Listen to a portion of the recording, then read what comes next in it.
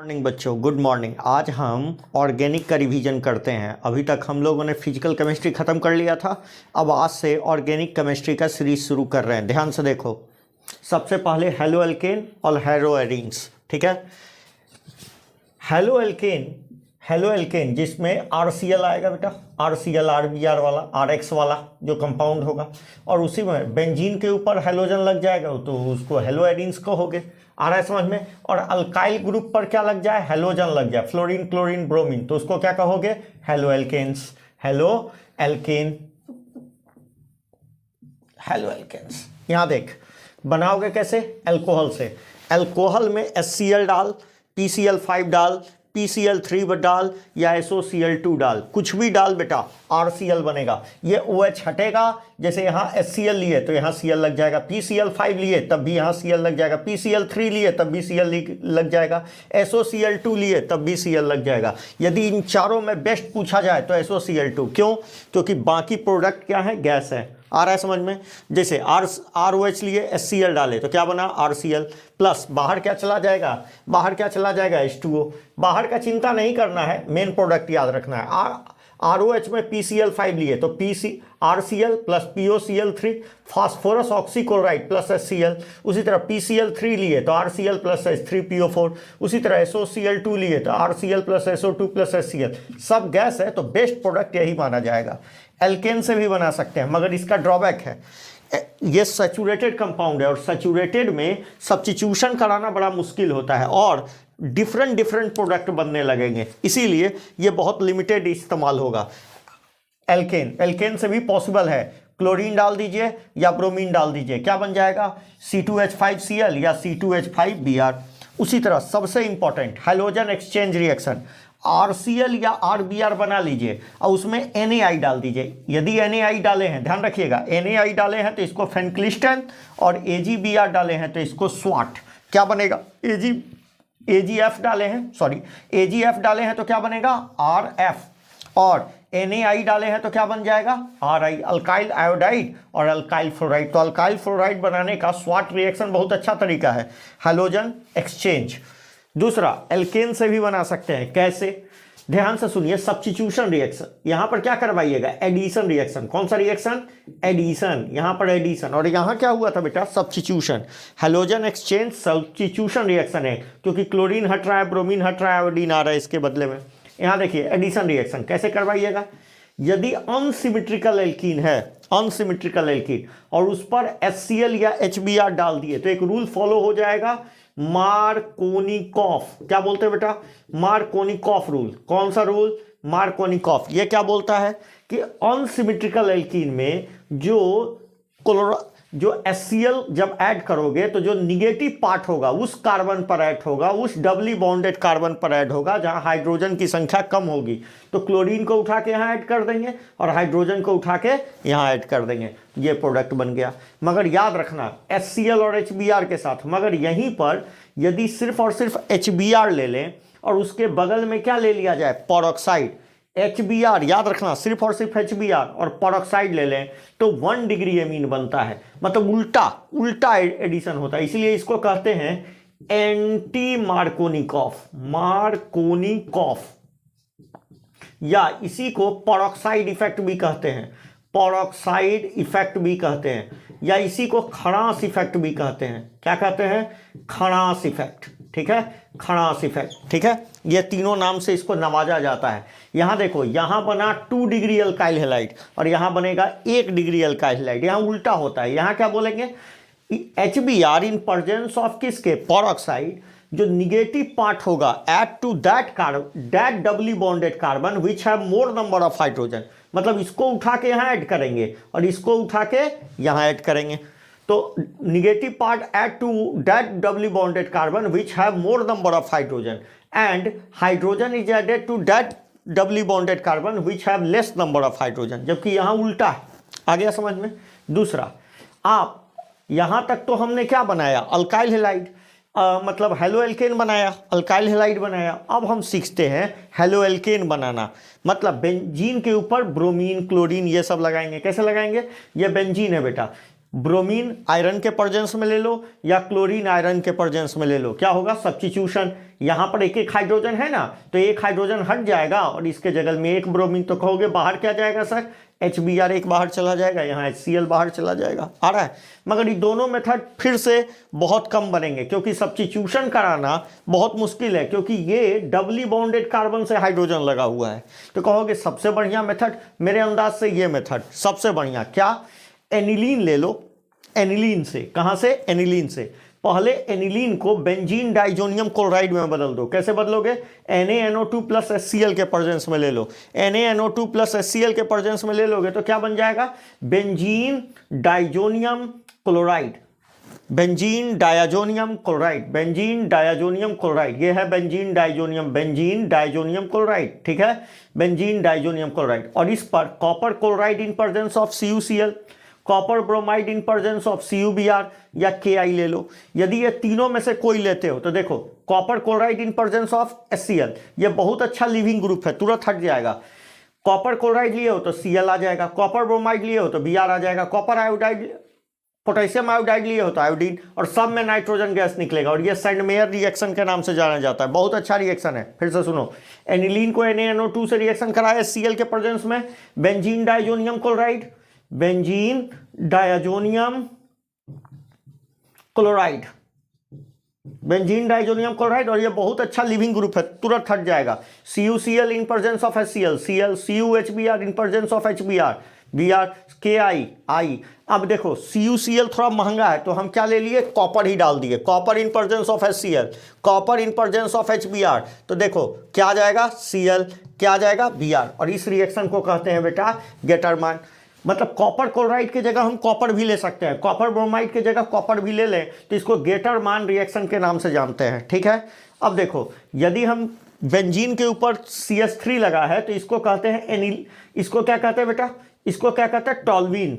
हाँ हाँ, हम समझ रहे हैं, टॉल्वीन, आपको याद आ रहा होगा, बेंजीन प्लस टॉल्वीन का जो मिश्रण होता है वो कैसा होता है, वो बेंजीन और टॉल्वीन का मिक्सचर कैसा होता है, आइडियल सॉल्यूशन होता है। कैसा होता है बेटा, आइडियल सॉल्यूशन होता है, ठीक है। अब मेरी बात सुनो, Cl2 इन प्रेजेंस ऑफ, यदि लाइट ले लें, HNu का मतलब लाइट होता है, Cl2 in presence of light, तो एक सब्स्टिट्यूशन हो जाएगा। बस यहाँ भी वही प्रॉब्लम, डिफरेंट डिफरेंट हो सकता है, ये एक और हाइड्रोजन हटा दे, एक और हाइड्रोजन हटा दे, तो हम बनाने के लिए तो एक बना रहे हैं, हो सकता है यहाँ तीनों हाइड्रोजन यहाँ पर लग जाए, तो ये दोनों मेथड लिमिटेड इस्तेमाल होंगे, ठीक है।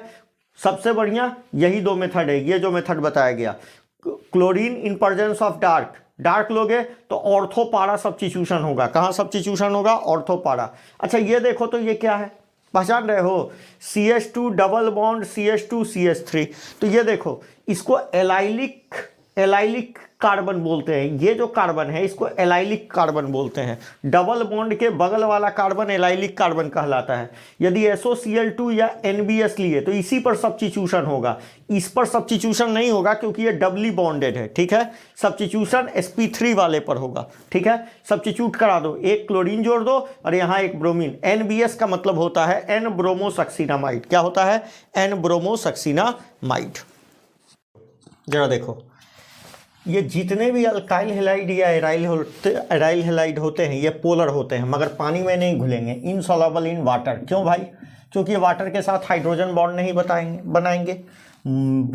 इनका जो बॉइलिंग पॉइंट होता है, बॉइलिंग पॉइंट होता है इसके मोलर मास पर डिपेंड करता है। कौन से मास पर, मोलर मास पर। जैसे जैसे मोलर मास बढ़ेगा उसका बॉइलिंग पॉइंट भी बढ़ता चलेगा। जैसे ध्यान से सुनो, C2H5Br और CH3Br, इसका बॉइलिंग पॉइंट ज़्यादा होगा ना, क्योंकि इसमें दो कार्बन है तो इसका बॉइलिंग पॉइंट ज़्यादा होगा। उसी तरह C3H5C3H7Br होता तो उसका ज़्यादा हो जाता। आ रहा है समझ में। तो जैसे जैसे मॉलिक्यूलर मास बढ़ेगा बॉइलिंग पॉइंट भी बढ़ेगा। मगर एक बात ध्यान रखना, यदि ब्रांचिंग बढ़ जाएगा तो बॉइलिंग पॉइंट घट जाता है। जैसे यहाँ देखो कितने कार्बन है, 1 2 3 4, यहाँ भी कितने कार्बन है, 1 2 3 4, मगर यहाँ 1 डिग्री है और ये 2 डिग्री है, तो ब्रांचिंग हो गया ना बेटे। यदि ब्रांचिंग बढ़ जाएगा तो क्या हो जाएगा, बॉइलिंग पॉइंट घट जाएगा। या हम ये कह दें, ज़्यादा अच्छा ये होता कि यहाँ पर ही Br लगा लेते और यहाँ पर एक अल्काइल ग्रुप लगा लेते, तो ज़्यादा अच्छा यही कहते। क्या कहते बेटा,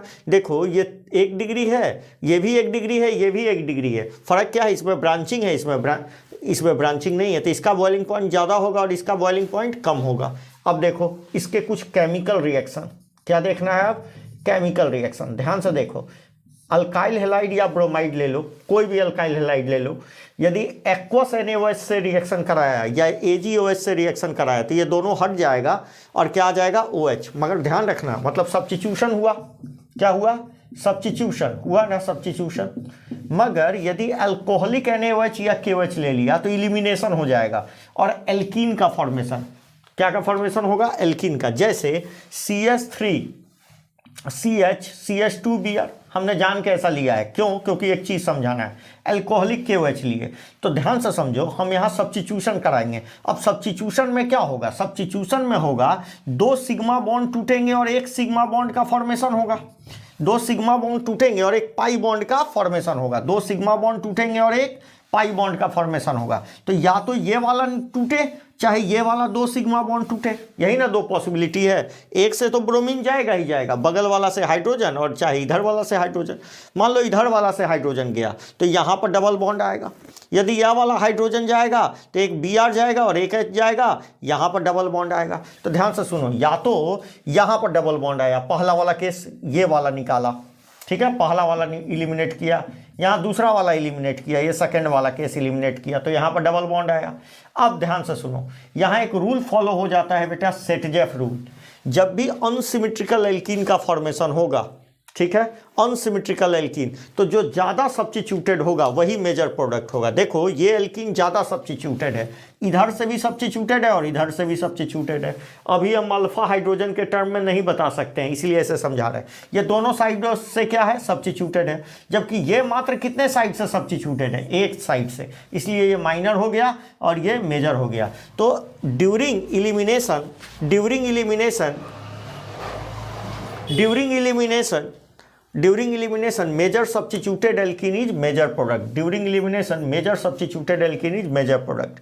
यदि अल्काइल हैलाइड को आप मैग्नीशियम के साथ ड्राई ईथर के प्रेजेंस में रिएक्शन करा दोगे तो ग्रिग्नार्ड रिएजेंट का फॉर्म बन जाएगा। अब याद रखना ग्रिग्नार्ड रिएजेंट का फॉर्मूला, डायरेक्ट पूछेगा which is called Grignard reagent, RMgX, जहाँ MgX पर प्लस और R पर माइनस। मान लो कहाँ यूज करोगे ग्रिग्नार्ड रिएजेंट, बहुत जगह, बहुत अच्छा केमिकल है। यदि मान लो इसका हाइड्रोलिसिस करा दिए तो हाइड्रोलिसिस कराओगे तो वाटर को ऐसे लिख सकते हो ना, HOH, इस पर निगेटिव और इस पर पॉजिटिव, पॉजिटिव के साथ निगेटिव जोड़ दो और निगेटिव के साथ क्या जोड़ दो, पॉजिटिव, तो H यहाँ जोड़ दो, अल्काइल ग्रुप बन जाएगा, मतलब क्या बन जाएगा, एल्केन बन जाएगा और MgOH बाहर चला जाएगा। अब देखो अल्काइल हैलाइड का और भी रिएक्शन काफ़ी इंपॉर्टेंट, यदि Na+C ट्रिपल बॉन्ड CH, मतलब सोडियम एसिटलाइड, इसको क्या बोलते हैं, सोडियम एसिटलाइड से रिएक्शन कराओ, बस यही काम करना है। ये प्लस है और ये माइनस, ये प्लस, ये पूरा का पूरा माइनस, माइनस के साथ प्लस को जोड़ दो, अब प्लस माइनस के साथ इसका प्लस को जोड़ दो, निकाल दो NaX और ये सबको यहाँ जोड़ दो, ठीक है। किसका फॉर्मेशन हो गया, एल्काइन का, नहीं हो गया। यदि हम KCN से रिएक्शन कराएंगे तो याद रखना, KCN से रिएक्शन कराएंगे तो साइनाइड का फॉर्मेशन होगा, मगर AgCN से रिएक्शन कराओगे तो आइसोसाइनाइड का फॉर्मेशन होगा। किस चीज़ का, आइसोसाइनाइड। कहोगे क्यों, क्योंकि आयोनिक कंपाउंड है, यहाँ कार्बन फ्री होता है, तो ये कार्बन से यदि बॉन्ड बनाएगा तो ज़्यादा स्ट्रांग, ये बॉन्ड ज़्यादा स्ट्रांग है, मगर यहाँ पर इनके बीच बॉन्ड होता है कार्बन और सिल्वर के बीच में, इसलिए ये कार्बन फ्री नहीं है, इसलिए ये नाइट्रोजन साइड से अटैक करेगा और आइसोसाइनाइड का फॉर्मेशन करेगा। उसी तरह KNO2 से यदि रिएक्शन कराओगे तो RONO का फॉर्मेशन होगा, जबकि AgNO2 से कराओगे तो नाइट्रोजन साइड से अटैक करेगा और क्या बनाएगा, RNO2, नाइट्रो, मतलब नाइट्रो ग्रुप लगेगा। यहाँ आओ, ध्यान से देखो, यदि आपने RX को रिएक्शन कराया अमोनिया से, वही अमोनिया जिसको हेबर प्रोसेस से बनाया जाता है, अमोनिया से रिएक्शन कराया और अमोनिया को एक्सेस लिया तो RNH2+HAX का फॉर्मेशन होगा। मगर यदि गलती से भी आपने RX को एक्सेस ले लिया तो पहले तो बनेगा RNH2 प्राइमरी एमीन, फिर प्राइमरी एमीन RX बचे हुए RX से रिएक्शन करके सेकेंडरी एमीन, फिर सेकेंडरी एमीन बचे हुए RX से रिएक्शन करके टर्सरी, और टर्सरी एमीन बचे हुए RX से रिएक्शन करके क्वाटरनरी सॉल्ट का फॉर्मेशन करेगा। ठीक है। उसी तरह यदि आप अल्काइल हैलाइड ले लो, एराइल हैलाइड, क्या है एराइल हैलाइड, बेंजीन के ऊपर X लगा हुआ है, Br2C, या अच्छा बेंजीन के ऊपर यदि X लगा है तो ये ऑर्थो पारा डायरेक्टिंग है। कैसा है? ऑर्थो पारा डायरेक्टिंग। ऐसा बहुत चीज होगा, NH2 भी ऑर्थो पारा डायरेक्टिंग होगा। और कौन होगा बोलो? और कोई होगा? हाँ, OH, फेनॉल भी रहेगा तो OH ऑर्थो पारा है, मिथाइल ग्रुप भी रहेगा तो ऑर्थो पारा डायरेक्टिंग है। ये सब ऑर्थो पारा डायरेक्टिंग ग्रुप है। अब देखो क्या लगा दिए, Br2CH2 के प्रेजेंस में तो ऑर्थो और पारा पर सब्स्टिट्यूशन। उसी तरह HNO3 से रिएक्शन क्या बन जाएगा, यहाँ NO2 एक बार ऑर्थो एक बार पारा पर। उसी तरह डाइल्यूट H2SO4 से रिएक्शन ऑर्थो पर और पारा पर सब्स्टिट्यूशन, HSO3 का ऑर्थो और पारा पर सब्स्टिट्यूशन। अच्छा, RCl in presence of AlCl3 या RCOCl in presence of AlCl3, इस रिएक्शन को कहते हैं Friedel craft reaction. Friedel craft reaction, ठीक है, फ्रीडल क्राफ्ट रिएक्शन। पहले वाले को फ्रीडल क्राफ्ट अल्काइलेशन, और फ्रीडल क्राफ्ट क्या, एसाइलेशन सेकेंड रिएक्शन, क्योंकि RCOCl है तो COR एक बार ऑर्थो पर और एक बार पारा पर जुड़ जाएगा। अब मेरी बात सुनो, डबलिंग रिएक्शन, ये डबलिंग रिएक्शन है। यदि RX को आप सोडियम से रिएक्शन करा दिए ड्राई ईथर के प्रेजेंस में तो 2 अल्काइल ग्रुप रहेगा तो 4 हो जाएगा, 3 रहेगा मतलब 2 रहेगा तो 4 हो जाएगा, 4 रहेगा तो 8 हो जाएगा। आ रहा है समझ में? इस तरीका से तो RX को यदि रिएक्शन करा दिए सोडियम के प्रेजेंस में ड्राई ईथर तो 2 गो RR जुड़ जाएगा। ठीक है, दोनों R जुड़ जाएगा। यदि जिंक से करा दिए तो इसको फ्रैंकलिन रिएक्शन कहिएगा। कौन सा रिएक्शन? फ्रैंकलिन। अच्छा, सोडियम के प्रेजेंस में रिएक्शन करा रहे हैं तो इसको उर्ज, और जिंक के प्रेजेंस में करा रहे हैं तो फ्रैंकलिन। उसी तरह एराइल हैलाइड को भी आप जोड़ सकते हैं, एराइल हैलाइड को भी आप क्या कर सकते हैं, जोड़ सकते हैं। सोडियम से कराए तो इसको आप उर्ज ही नाम दीजिएगा। इसको क्या, इसको फिटिग नाम दीजिए। क्या नाम दीजिए बेटा? इसको नाम दीजिए फिटिग। क्या नाम देते हैं? फिटिग, मतलब एराइल हैलाइड को जोड़ दिए तो। और कॉपर के प्रेजेंस में यदि यही काम कराते हैं तो इसको नाम देते हैं अल्मान। क्या नाम देते हैं बेटा? अल्मान रिएक्शन। और ध्यान से सुनो, एक एराइल हैलाइड और एक अल्काइल हैलाइड, एक अल्काइल हैलाइड और दूसरा एराइल हैलाइड को आपस में जोड़ दिए तो इसको नाम देते हैं उर्ज फिटिग रिएक्शन। क्या नाम देते हैं? उर्ज फिटिग, क्योंकि उर्ज भी है। यदि इसको डबल करते तो उर्ज, इसको डबल करते तो फिटिग, तो दोनों को मिला के बोल दिया उर्ज फिटिग रिएक्शन। ठीक है। हैं क्लोरोफॉर्म की, वही क्लोरोफॉर्म जो रुमाल में पिक्चर में दिखाता है कि सुंघा देते हैं। CHCl3 बनाते कैसे हैं? तो 2 तरीका है, या तो आप इथाइल अल्कोहल या एसीटोन से बना, इथाइल अल्कोहल या एसिटल्डिहाइड। क्या? इथाइल अल्कोहल C2H5OH से बना लो, C2H5OH से बना लो, या फिर क्या से बना लो, CH3CHO, जिसको एसिटल्डिहाइड कहते हैं। या तो इथाइल अल्कोहल या फिर किससे बना लो, एसिटल्डिहाइड से, या एसीटोन से भी बना सकते हो। ये रहा एसीटोन, समझ रहे हो ना? एसीटोन वही जो पॉजिटिव डिविएशन शो किया था सॉल्यूशन चैप्टर में, याद आ रहा है कुछ? तो इसे याद आएगा। इथाइल अल्कोहल को क्लोरीन से रिएक्शन कराओ, क्या बन जाएगा? पहले तो एसिटल्डिहाइड बनेगा, क्योंकि क्लोरीन बहुत अच्छा ऑक्सीडाइजिंग एजेंट है। उसके बाद एसिटल्डिहाइड में और क्लोरीन पास करो तो बन जाएगा क्लोरल, CCl3CHO। HCl बाहर निकल रहा है, उससे मतलब नहीं है। CCl3CHO को एक्वस NaOH से रिएक्शन करा दो, NaOH से रिएक्शन करा दिए सोडियम हाइड्रोक्साइड से, क्या बन जाएगा? क्लोरोफॉर्म। सिमिलर रिएक्शन यदि हम ये ले लेते तो ये वाला पहला स्टेप नहीं होता, डायरेक्ट सेकेंड स्टेप होता। यदि हम एसीटोन ले लिए, ठीक है, एसीटोन ले लिया और क्लोरीन से रिएक्शन करा दिए तो क्या बन जाएगा? Trichloro acetone. क्या बोलते हैं इसको? Trichloro acetone. ठीक है, ट्राइक्लोरो एसीटोन। और फिर इसका NaOH से रिएक्शन करा दिए, क्या बनेगा? क्लोरोफॉर्म। बाहर क्या निकलेगा? CH3C double bond ONA। यहाँ क्या बना था? यहाँ क्या बाहर निकला था? Sodium format. क्या बोलते हैं? Sodium format. ठीक है, ये भी पोलर होता है मगर पानी में घुलता नहीं है, वही due to reason hydrogen bonding नहीं बनाएगा। दूसरी बात, क्लोरोफॉर्म को हमेशा मोटा सीसी में रखते हैं, नहीं रखेंगे तो क्लोरोफॉर्म ऑक्सीजन से रिएक्शन करके फॉस्जीन बनाएगा। COCl2 को फॉस्जीन कहते हैं। क्या कहते हैं? फॉस्जीन, और PH3 को फॉस्फीन बोलते हैं, फॉस्फीन बोलते हैं। और अब ये हम रटा दें, अमोनिया ज़्यादा बेसिक होता है फॉस्फीन से। कारण क्या है? अमोनिया का लोन पेयर sp3 में होता है, sp3 में होता है, इसलिए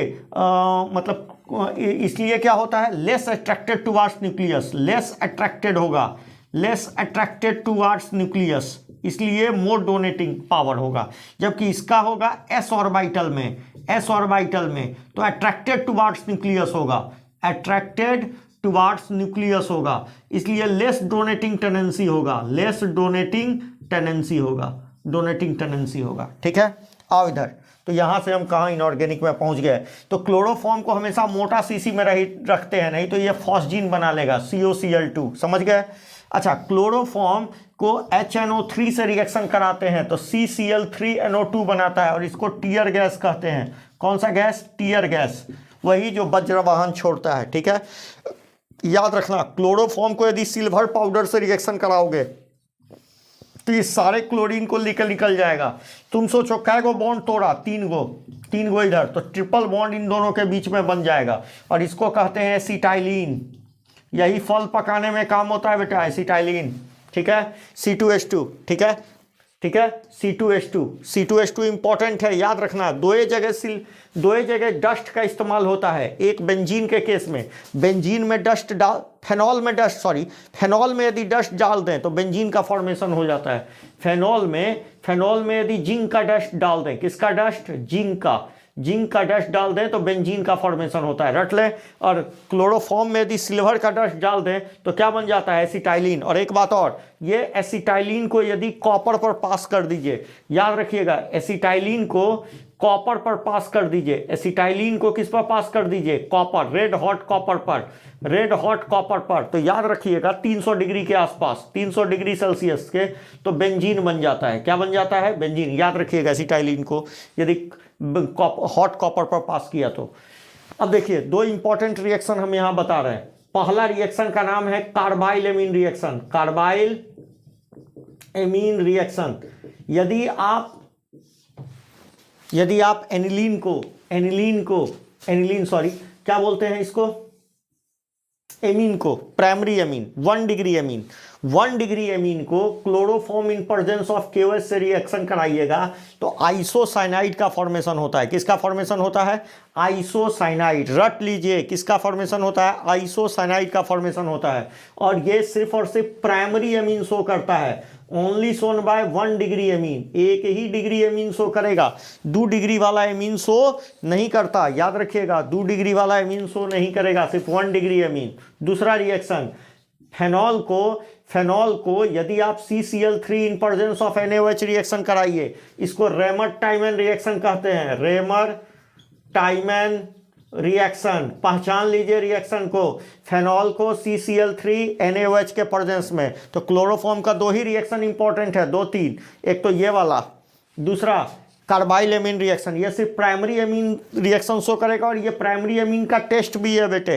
प्राइमरी एमीन को यदि CCl3 NaOH से बनाए तो RNC के आइसोसाइनाइड का फॉर्मेशन होता है, और ये बहुत फाउल स्मेल महकता है। ठीक है।